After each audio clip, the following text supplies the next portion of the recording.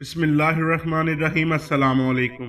मुहतरम नाजरीन, लड़की को बरहना करने वाला, उसके साथ ज्यादती करने वाला उस्मान मिर्जा की पेशी पर एक वीडियो सामने आई है। ये जंगली जानवर मास्क पहनकर मुंह छुपा रहा है ताकि कोई देख ना सके। आप लोगों को इसके गलीज कपड़े और बड़ी हुई शेप देखकर खुशी तो हुई होगी। पुलिस इसे अच्छी इज्जत दे रही है।